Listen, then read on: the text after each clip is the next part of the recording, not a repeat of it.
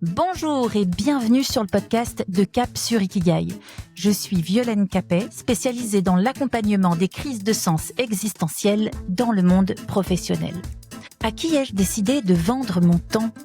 À quoi est-ce que je contribue ? Réussir ma vie, ça veut dire quoi au juste ?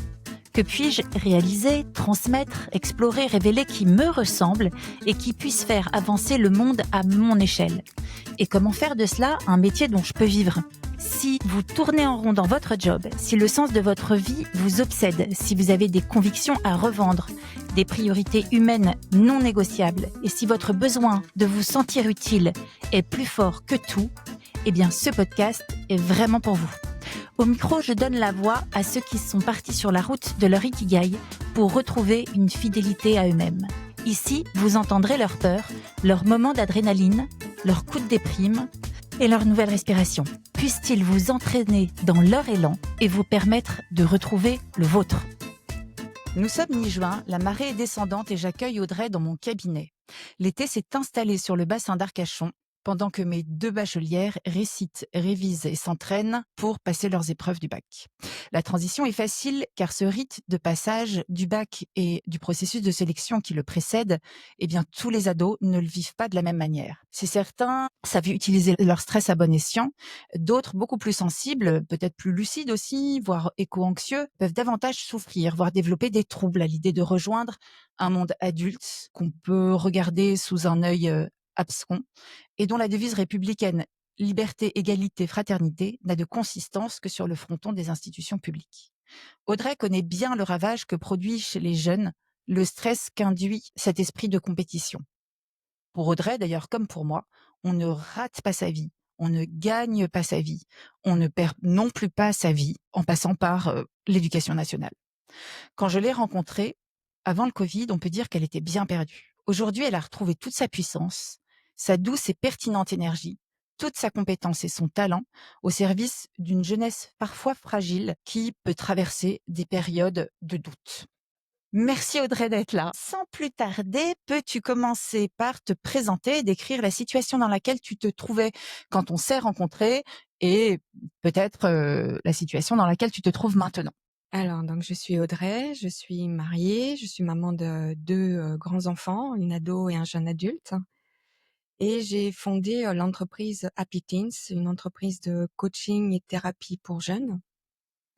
Donc plus précisément, je suis coach en orientation scolaire et thérapeute spécialisée dans l'accompagnement donc des enfants, ados et jeunes adultes. En tant que coach en orientation scolaire, j'accompagne donc les jeunes, on va dire de 14 à 25 ans, à mieux se connaître d'une part et ensuite à construire un projet, scolaire et professionnel qui va être aligné avec eux et qui va pouvoir, les épanouir, hein, au long de leur vie. Et en tant que thérapeute, je soutiens les jeunes qui traversent des difficultés, psychiques et en particulier ceux qui souffrent de troubles des conduites alimentaires. Effectivement, donc je suis venue vers toi une première fois en 2020. Donc à l'époque, j'étais, juriste en droit social, depuis, 16 ans je crois, pour, plusieurs entreprises, et je traversais une période, de doute comme tu l'as, indiqué dans ton préambule. J'étais perdue, je sentais au fond de moi que je n'étais plus épanouie dans mon travail. J'avais fait le tour de la question et du coup, je voulais, savoir un petit peu, quel, métier, quelle activité professionnelle je pourrais exercer si je sautais le pas et si je mettais fin à cette première partie de carrière. Et donc je suis venue vers toi et pour, la recherche de mon ikigai, et donc on a fait cet accompagnement et à la fin de l'accompagnement, j'avais, il me semble, construit un projet qui me correspondait et qui pouvait effectivement m'accompagner pour une deuxième partie de carrière. Et donc ça, c'était en 2020. 2020, on a tous en mémoire, la période du Covid. Donc c'était une période assez compliquée.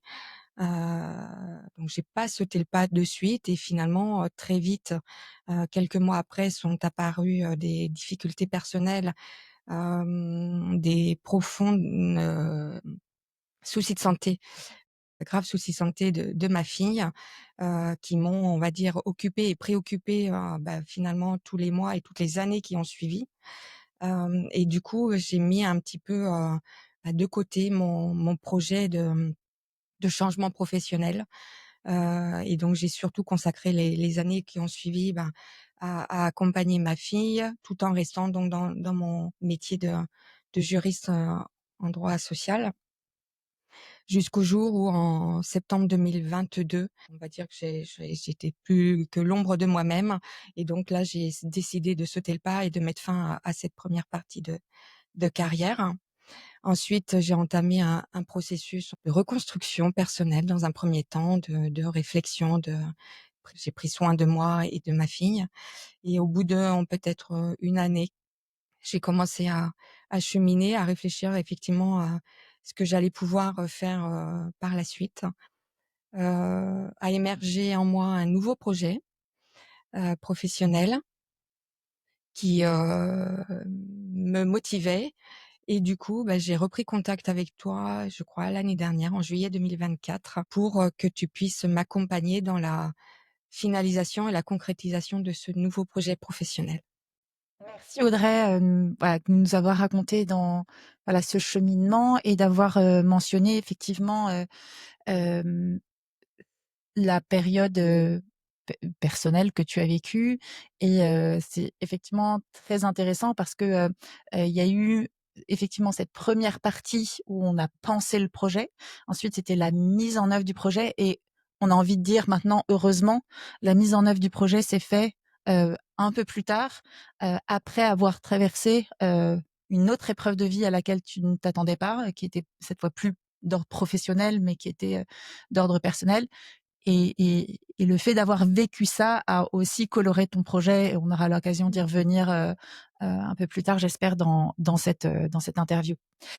Te rappelles-tu du moment où tu t'es donné le droit de penser à un meilleur alignement avec toi-même?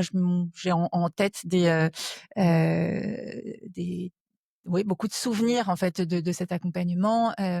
On peut aussi peut-être dire ici que voilà, tu le dis de manière très humble, comme comme tu es dans la vie, mais que tu as fait des études de droit quand même assez poussées. Il me semble que tu allais jusqu'à faire un doctorat, ouais, voilà. Donc il y a cette remise en question, elle a été longue parce que comme beaucoup des personnes que j'accompagne, ça a été mon cas aussi où je suis allée assez loin. Il y a vraiment cette idée de tout ça pour ça, quoi. Enfin, c'est qu'est-ce qu'on va faire de ça quand en fait on a envie de revenir dans l'humain et moins dans la technicité du droit, qui est pas du tout évidente. Et est ressorti évidemment des envies, juge pour enfants à un moment. On s'est redemandé est-ce qu'il y avait une possibilité.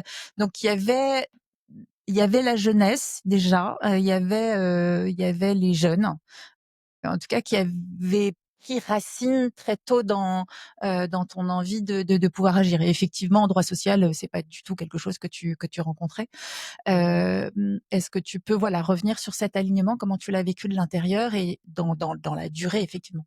Alors je dirais que dans mon parcours, il y a eu, 2 moments très forts. Ce fameux matin de mai 2022 où effectivement j'arrive dans mon ancienne entreprise où, comme j'ai dit tout à l'heure, je suis dans un tel état d'épuisement, hem, que je ne réfléchis même plus en fait. Je fonce voir un des dirigeants, de l'entreprise, et je lui dis: «Là je suis arrivée au bout du bout, et donc je souhaite arrêter mon activité, pour passer à autre chose.» Et donc ça, on va dire que ça a été vraiment le 1er moment clé, la première étape de ma phase de, on va dire, d'abord de reconstruction et ensuite de reconversion. Et ensuite, l'autre moment phare, c'est dans le deuxième accompagnement où effectivement on travaille, la notion de cible, quelle personne, parce que je suis arrivée vers toi avec cette envie d'accompagner, mais j'étais plutôt partie sur accompagner, les femmes, puisque je crois que je m'inspirais, on va dire, de mon propre parcours de reconversion, et je m'étais souvenue aussi du premier accompagnement qu'on avait fait ensemble, et j'avais vraiment trouvé, très, enfin, j'avais adoré venir, vers toi à chaque fois en séance, et je m'étais dit: «Ça doit être, quand même super gratifiant d'accompagner les femmes à la reconstruction et à leur, construction d'un nouveau projet». Heu, donc voilà, tout ça, c'était en moi, mais donc je suis arrivée en accompagnement, en 2e accompagnement avec cette idée plutôt d'accompagner les femmes, et lorsqu'on a travaillé la cible, et là je me souviendrai tout le temps, on va dire, tu m'as dit: «Et pourquoi pas les jeunes?»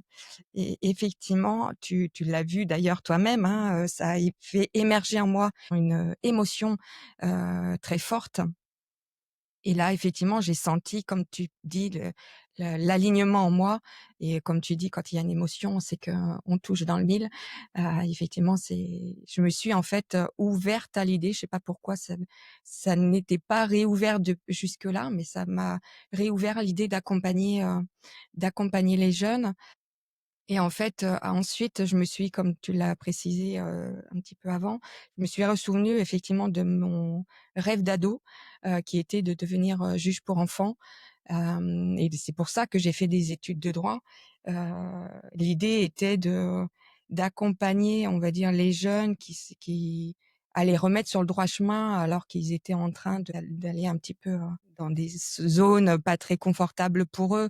Et donc l'idée de les remettre un petit peu sur le droit chemin, d'une part, et également de protéger, les jeunes qui sont dans des situations dangereuses pour eux, pour plusieurs raisons. Et donc c'était quelque chose de très, très fort en moi. Finalement, bon, pour plusieurs raisons, je n'ai pas tenté le concours de la magistrature et je ne suis pas devenue juge pour enfants. Mais grâce à ta question, c'est vraiment revenu, très fort en moi, l'idée de pouvoir accompagner, finalement de concrétiser mon rêve d'ado, d'accompagner les jeunes, et c'est ce que je fais du coup, maintenant. Et je te remercie infiniment de m'avoir, ouvert cette porte que je m'étais pas moi-même finalement, ouvert. Mmh mh. Et donc ces 2 moments, sont vraiment, importants pour moi, pour, cet alignement, heu, oui, entre mon projet et ma nature profonde en fait, ce que j'avais en moi depuis, finalement toute petite. Mmh. Et c'est une question que j'aborde, avec les jeunes, dans l'accompagnement, de se reconnecter à nos rêves d'enfant. Parce qu'effectivement, quand on est enfant, on est sans filtre, sans peur, on va dire, on s'exprime avec le cœur, avec la joie, et c'est vraiment notre nature profonde, en fait. Et souvent dans les accompagnements, je leur demande justement quels étaient vos rêves de métier d'enfant? Parce que même si plus tard on ne peut pas les exercer en tant que tels, se reconnecter à ces rêves d'enfant, nous permet de nous approcher, le plus précisément possible à notre nature profonde. Et c'est vraiment ce que j'ai pu expérimenter et ce que j'expérimente maintenant, heu, voilà, grâce à toi. Ouais, c'est beau, merci. Et ouais, c'est vrai qu'on peut en avoir, on peut en avoir plusieurs des rêves d'enfants et ils sont pas là par hasard. Ça veut pas dire forcément qu'on doit les réaliser tels qu'on les avait, imaginés, mais en tout cas, ils viennent dire effectivement quelque chose de soi et j'ai tendance à dire que plus on se rapproche de soi-même, Mmh. moins on se trompe, en fait. Ouais. Mmh. Et après, c'est vrai qu'on est dans une difficulté, particulièrement en France, où ces rêves, on les oublie très vite parce que ça passe par le rouleau compresseur d'un système, scolaire qui fait que, voilà, si on n'a pas pris une filière scientifique, eh bien, on doit dire adieu à un certain nombre de choses et si on n'a pas pris telle ou telle matière, et cetera, et cetera. Et voilà, on peut se retrouver dans une forme de emporté comme ça vers le fait de répondre à sa capacité de faire dans un système, de compétition, là où on peut être le meilleur, mais c'est pas toujours là où on avait vraiment, vraiment envie d'aller quelque part et ça se joue sur quelques années et on se dit finalement à l'aube de ces années de lycée que franchement c'est quoi, voilà, perdre, je déteste ce mot-là, mais voilà, refaire, une année ou une autre pour se dire voilà, je c'est pas forcément cette matière-là que j'aime travailler, mais je voudrais vraiment accéder à telle ou telle, hem, contribution au monde et que ça passe par là. Alors après, j'ai aussi plein de techniques, fort heureusement, pour, quand même se rapprocher de son rêve, même si on n'est pas passé par, la bonne filière. Ça, c'est quand même super important à préciser aussi. Peut-être plus profondément, sauf si tu y as déjà répondu, en quoi ça répond à ton ikigai? Pourquoi ça faisait aussi sens pour toi? Je crois que c'est ça, mon ikigai, c'est finalement de faire en sorte que chaque jeune puisse trouver, sa voie et puisse être épanoui. Heu, j'ai, dans mon logo, de d'Happy Teens, en dessous, j'ai mis, «Le monde a besoin de vous» et je crois qu'effectivement, surtout dans les temps, très mouvementés qu'on peut vivre, je suis vraiment convaincue que chaque jeune a un potentiel en lui, a des ressources en lui et a quelque chose à apporter à lui et au monde, et qu'on a besoin de tout le monde, on a besoin des potentiels de tout le monde, on a besoin de la joie de tout le monde et que la joie est également très, heu, enfin se diffuse, à tous. Mon ikigai, c'est de pouvoir faire en sorte que chaque jeune puisse, trouver et retrouver la joie de vivre, puisse être, dans un épanouissement personnel et professionnel et être dans le meilleur de soi-même et apporter, au monde, diffuser cette joie, diffuser son potentiel, ses ressources et communiquer à la communauté, en fait. Voilà, c'est quelque chose, qui est vraiment ancré en moi. Encore une fois, avant, ça s'exprimait dans le souhait d'être juge pour enfants, encore une fois pour protéger et pour, remettre sur le droit chemin et finalement là, avec mes 2 axes d'accompagnement, que ce soit l'orientation où j'ai l'impression de les aider, c'est pas moi qui fais, mais je les aide à les accompagner sur, leur chemin qui va les amener à cet épanouissement, professionnel mais personnel aussi et en thérapie, finalement, j'ai l'impression de les aider à, quelque part à les protéger de dangers qui pourraient survenir à cause d'une santé mentale fragile. Heu, il y a beaucoup de jeunes qui ont une santé mentale, fragile et finalement, ils peuvent se mettre en danger eux-mêmes et donc avec un accompagnement, que ce soit par moi ou par quelqu'un d'autre, mais de se faire accompagner dans ces phases de doute et de santé mentale fragile, de les protéger, de se mettre dans une zone plus sécure et moins en danger pour eux-mêmes. Donc je retrouve finalement, heu, en réfléchissant bien, les 2 axes de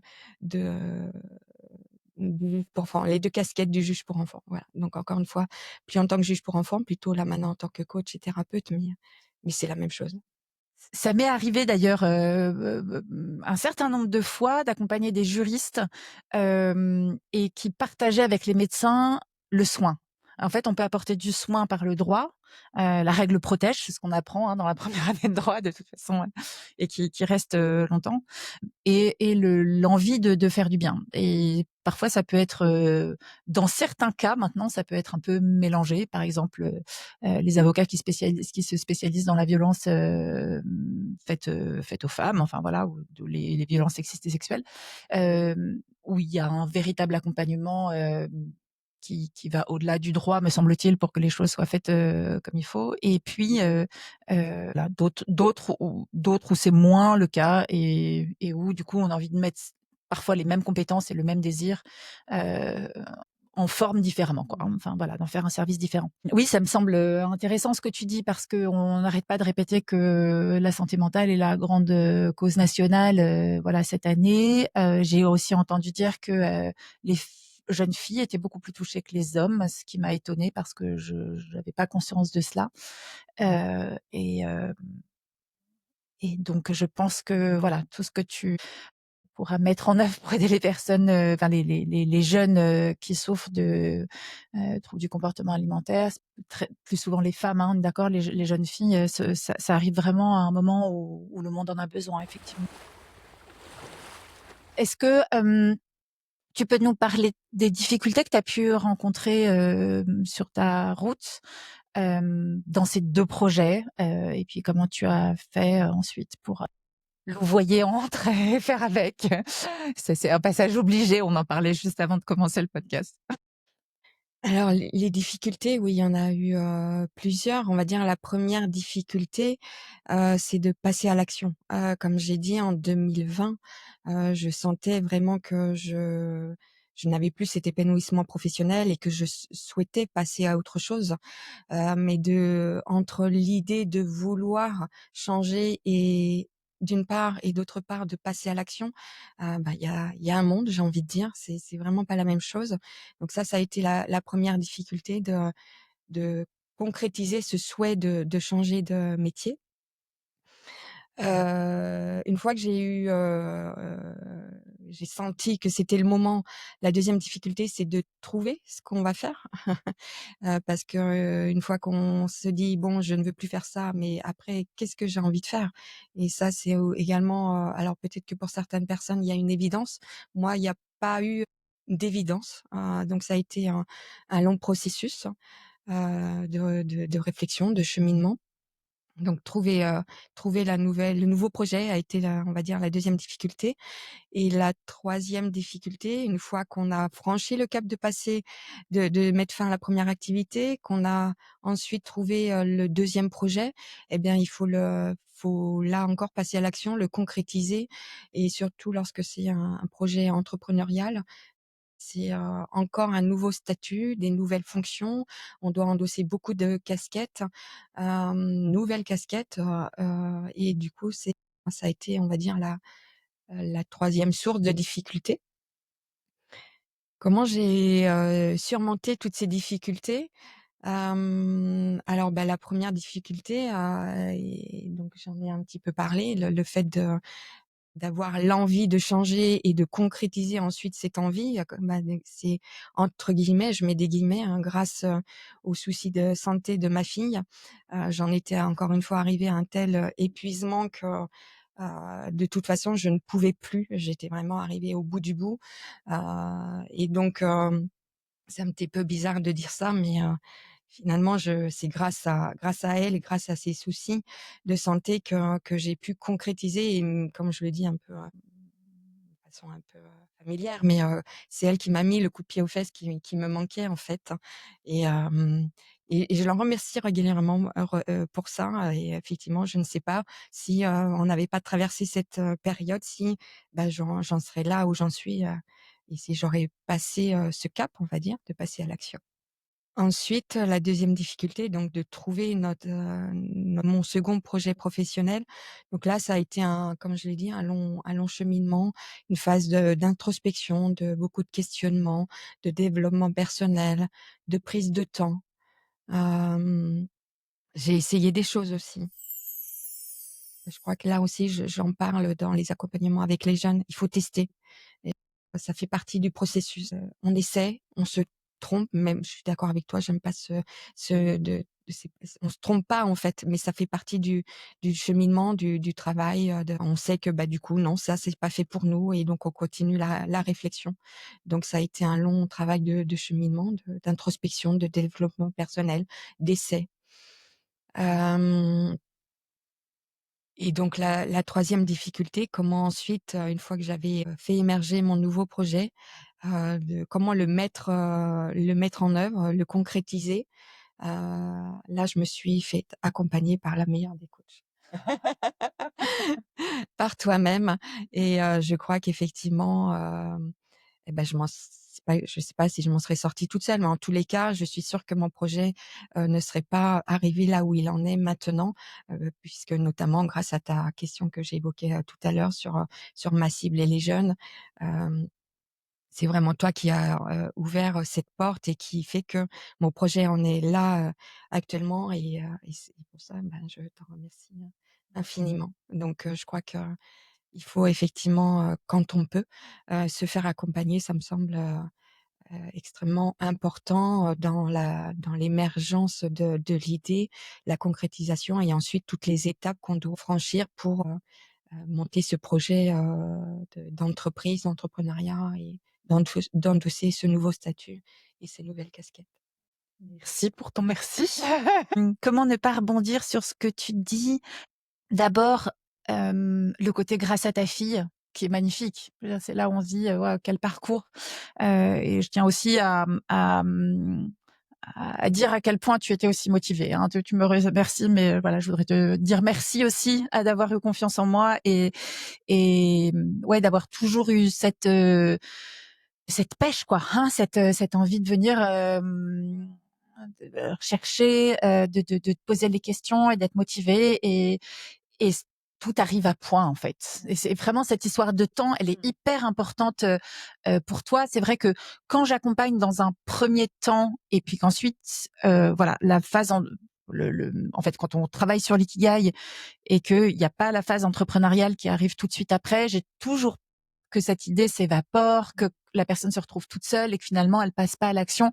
Et c'est pour ça que j'ai mis en place maintenant obligatoirement un groupe que tu as fait expérimenter aussi, un tout petit groupe, mais on travaille mieux sur le plan concret quand on est ensemble, en tout cas pour une partie, parce qu'on a continué à travailler aussi individuellement.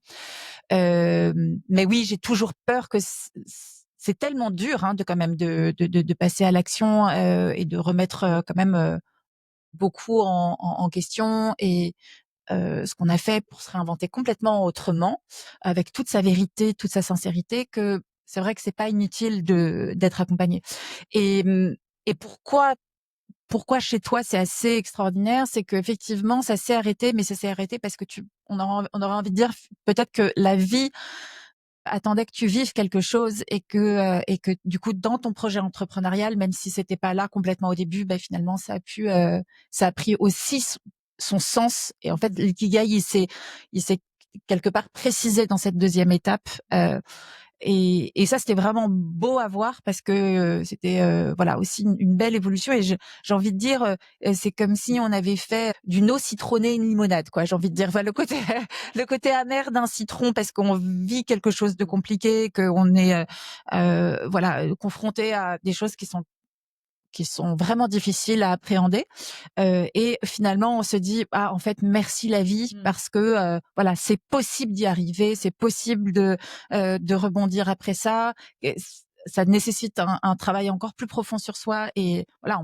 on peut se remettre de tout et d'une certaine manière voilà peut-être que ta fibre thérapeutique ou l'envie d'accompagner les jeunes et de comprendre à l'intérieur leurs souffrances, elle était nécessaire pour que ça oriente ton projet.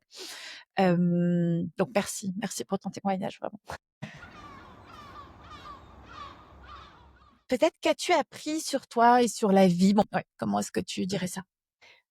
Ce que j'ai pu apprendre, de moi, tu en as effectivement, un tout petit peu parlé, c'est que, je pense que j'ai découvert en moi des ressources que je ne soupçonnais peut-être pas et notamment cette, capacité de résilience. Effectivement, je crois que quand on est confronté à des épreuves, on arrive à trouver en nous des ressources qu'on ne soupçonne peut-être pas, mais finalement elles sont là. Quand on est mis, au pied du mur, de toute façon, ben, il faut aller chercher au plus profond de nous pour faire, émerger ces ressources et donc cette capacité de résilience pour affronter, finalement dépasser, surmonter ces épreuves, pour les comme tu dis, les embellir, en faire quelque chose de beau a après, de positif, toujours sortir le positif des épreuves et de d'aller de l'avant et d'en ressortir plus fort finalement et plus voilà, plus résilient, plus beau. Et la deuxième chose sur moi, j'ai découvert, oui, que j'avais, finalement, une force de caractère et une détermination, que je cache peut-être sous une douceur, mais finalement, j'ai cette force de caractère et cette détermination, en moi. Alors j'ai une nature plutôt introvertie et timide et finalement, je pense qu'il y a quelques années, je me sent je me sentais certainement pas capable, de comme j'ai dit, de passer à l'action, comme tu l'as dit aussi, de tirer un trait sur, toutes mes études, parce que je crois qu'il y a le jugement aussi, des proches, de la famille, de l'entourage, comme tu l'as dit aussi. Tout ça pour ça. Je pense que j'ai été très conditionnée par tout ça et puis finalement, j'ai eu cette force de caractère de me dire: bah non, en fait, maintenant j'ai envie de penser à moi, j'ai envie d'aller vers mon projet qui me tient vraiment à cœur, d'aller chercher au plus profond de moi et de faire sortir cette force de caractère et cette détermination, sous cette, nature un petit peu introvertie également je me sentais certainement pas capable de monter ma propre entreprise et ça c'est un défi et je suis plutôt fière de ça et également d'aller vers les autres, en fait. Parce que quand on se met à son compte, ben, on doit vraiment faire l'effort d'aller vers les autres, que ce soit d'aller vers les clients et patients qu'on accompagne, vers les parents et puis vers d'autres, entrepreneurs, et je me mets, à côtoyer des réseaux d'entrepreneurs parce que c'est important aussi dans notre processus, entrepreneurial et finalement je pense que je m'en serais pas sentie capable il y a quelques années et avec, encore une fois toutes les épreuves et cette force de caractère et détermination, eh beh, j'ai senti que j'avais finalement toutes ces ressources en moi que je peut-être qui étaient insoupçonnées il y a encore quelque temps. Je trouvais ça, génial en fait, hein, tout tout ce cheminement. Et puis, mon parcours, ce qu'il a pu m'apprendre aussi sur la vie finalement, ben, heu, c'est qu'on est en perpétuel apprentissage et évolution. Hem et finalement, c'est ce que je dis aussi aux jeunes que j'accompagne dans leur orientation. Je les accompagne à mieux se connaître et pour construire finalement un premier projet, mais je leur dis: C'est un projet qui va vous accompagner, dans un premier temps de votre vie, mais la vie, elle est faite d'évolution, de perpétuel apprentissage et finalement, c'est pas le projet qui va vous tenir, probablement pas tout au long de votre vie. Vous allez évoluer, vous allez changer de métier et c'est ce que j'explore et je trouve que ça, c'est vraiment, fort et beau, de la vie de nous apporter, voilà, cette évolution perpétuelle, cet apprentissage et je trouve que c'est beau. Ouais, c'est beau et c'est émouvant la manière dont tu en parles, donc vraiment encore merci pour cet espoir. Hem, ouais, en 2 mots, je dirais que je suis complètement d'accord pour dire que derrière ta douceur, il y a vraiment une femme puissante et hem et aussi pour dire que, je ne connais pas de meilleur parcours pour gagner une vraie confiance en soi que le parcours entrepreneurial. Parce que c'est vraiment celui qui nous challenge le plus et qui est le plus à même de nous confronter à nous-mêmes et de nous demander sans cesse de trouver des ressources pour arriver à notre objectif. Et ça, c'est vraiment un processus ouais, de confiance en soi qu'on acquiert jour après jour et dont on s'étonne et qui fait du bien aussi, parce que c'est un petit moteur qu'on met en route. Et c'est vrai que c'est des défis qui sont finalement très agréables quand on y pense. Que finalement, notre vie d'avant, on était un petit peu parfois euh, un peu enfermé ou un peu en voilà, c'était continuellement de l'école ou enfin, qu'il y avait quelque chose en tout cas qui n'était pas libre dans notre résonance au monde. Peut-être un petit conseil à donner à ceux qui nous écoutent. Est-ce que tu auras envie de laisser un petit voilà, un livre, un film ou quelque chose qui te semble intéressant dans le continuement de ce que nous avons dit? Alors j'affectionne particulièrement 2 citations de Confucius. Alors Ça date pas d'hier, mais il date pas d'hier, mais il a des citations que j'apprécie, particulièrement et notamment 2. La première qui dit, «On a 2 vies et la deuxième commence quand on se rend compte qu'on en a qu'une».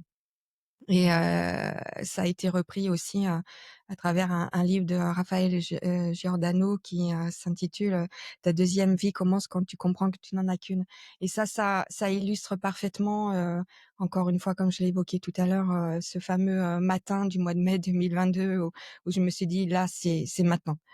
C'est maintenant que tu dois mettre fin à ta première vie, et que ma deuxième vie va commencer parce que finalement j'en ai qu'une et il faut que je la vive, voilà, c'est maintenant. Donc ça, c'est le premier point et la deuxième citation que j'affectionne également et qui a beaucoup de sens par rapport à ce que j'ai vécu et ce que je dis également aux jeunes que j'accompagne, c'est: «Choisis un travail que tu aimes et tu n'auras pas à travailler un seul jour de ta vie» et cette citation que je connais depuis un moment, mais pendant longtemps, je la comprenais pas en fait, parce que je la vivais pas en fait. Pour moi, le travail, c'était vraiment un travail dans toute sa splendeur. Enfin, c'était le «laborieux» entre guillemets, mais ça fait vraiment partie du sens premier, hein, et je me souviens également notre médecin, traitant qui était venu, un jour à la maison pour ma fille justement et qui m'a dit, «Mais moi, je travaille pas en fait moi. Moi je j'ai jamais eu l'impression de travailler, dans ma vie et je travaille pas» et je me dis: «Mais c'est dingue de dire un truc comme ça». Et maintenant, bah, je comprends en fait, toute la dimension de cette, citation et effectivement, maintenant que je suis vraiment parfaitement alignée avec moi, je j'ai pas l'impression de travailler quand j'accompagne les jeunes, que je les vois s'ouvrir peut-être petit à petit, que je les vois, s'épanouir.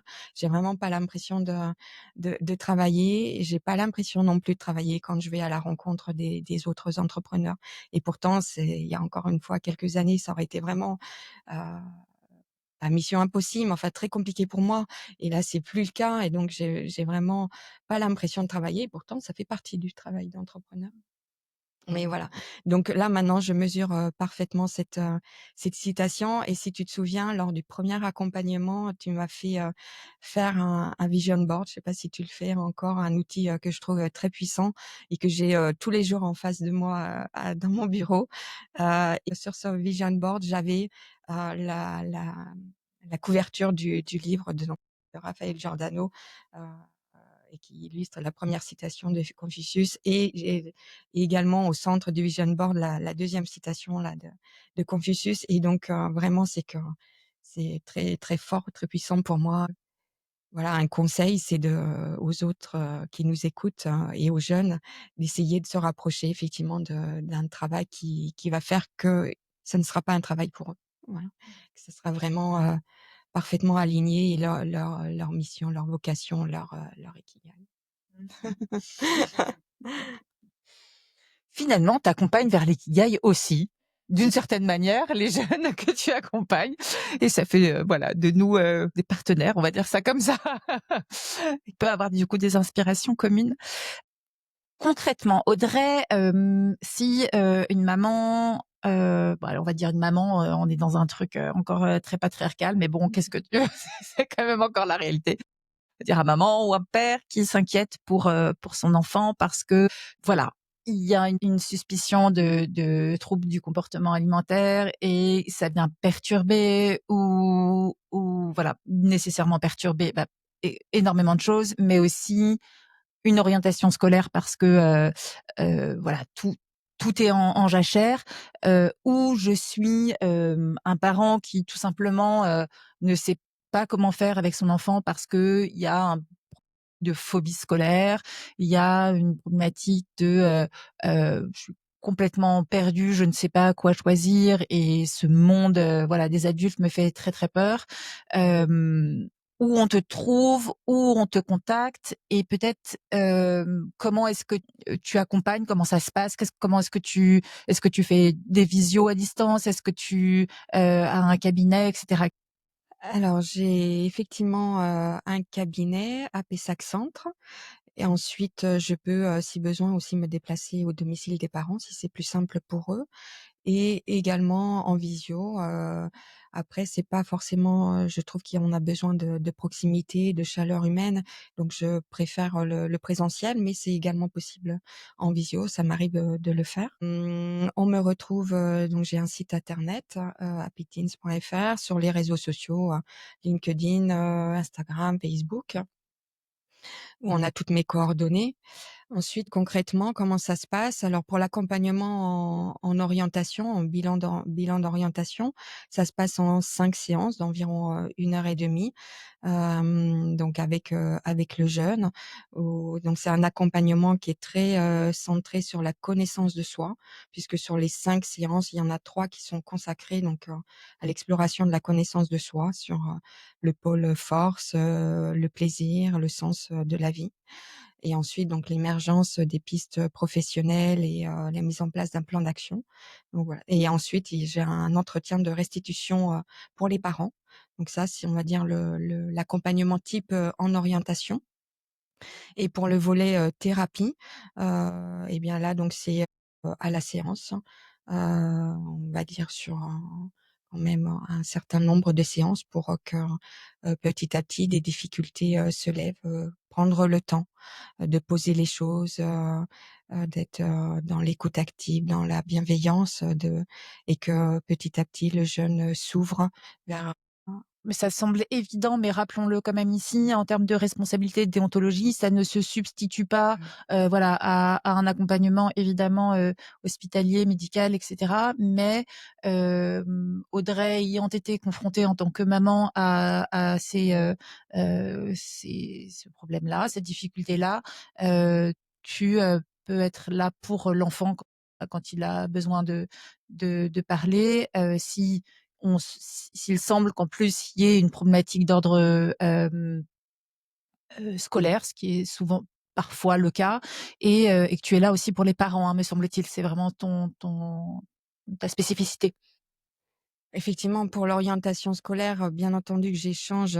L'accompagnement se fait avec le jeune, mais je suis en lien, tout au long de l'accompagnement également avec les parents pour faire des petits retours et à la fin avec la restitution. Donc, pour avoir eu un retour, post-accompagnement d'un parent, c'est ce que le parent avait, apprécié effectivement ma disponibilité, avec les parents, parce que ça fait partie également pour eux, de beaucoup de doutes, de questionnements, j'ai envie de dire d'angoisse, pour le futur, l'avenir de leur enfant. Je suis vraiment, heu, très axée sur l'accompagnement également, ou en tous les cas la disponibilité et la présence auprès des parents.